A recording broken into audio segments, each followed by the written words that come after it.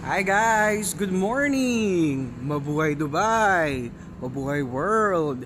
Happy Thursday guys! Sobrang bilis ng araw!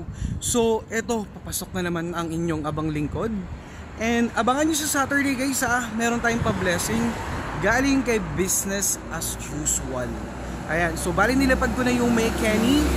Alam nyo na yan guys, matatanda na kayo. Char!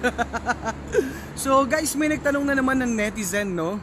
So ginawa na ako nitong manghuhula, Madam Auring, ganun ang peg.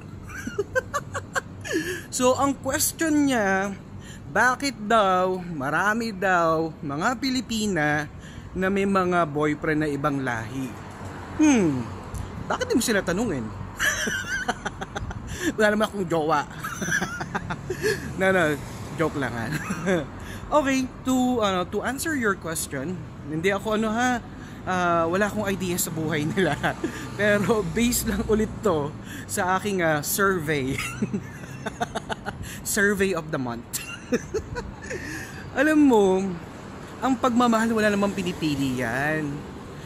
Wala yan sa nationality. Kahit anong nationality ka pa, mapapinoy yan, foreigner, Indian, Pakistan, wala sa nationality. Nasa nararamdaman mo yan sa isa't isa. Kasi yung pagmamahal hindi mo naman yan mapipigilan eh. Malay mo yung pagmamahal ng mga Pinay, ng mga kababayan natin dito, doon nila nakita sa ibang lahi. Kasi hindi naman natin sila pwedeng i-judge eh. Kasi yung iba, puro kayo nakakita ng may jowa na ibang lahi, akala siguro umangat, yumaman. Hindi naman po lahat ng ibang lahi mayaman guys. Sa totoo lang hindi po sila mayaman or big time.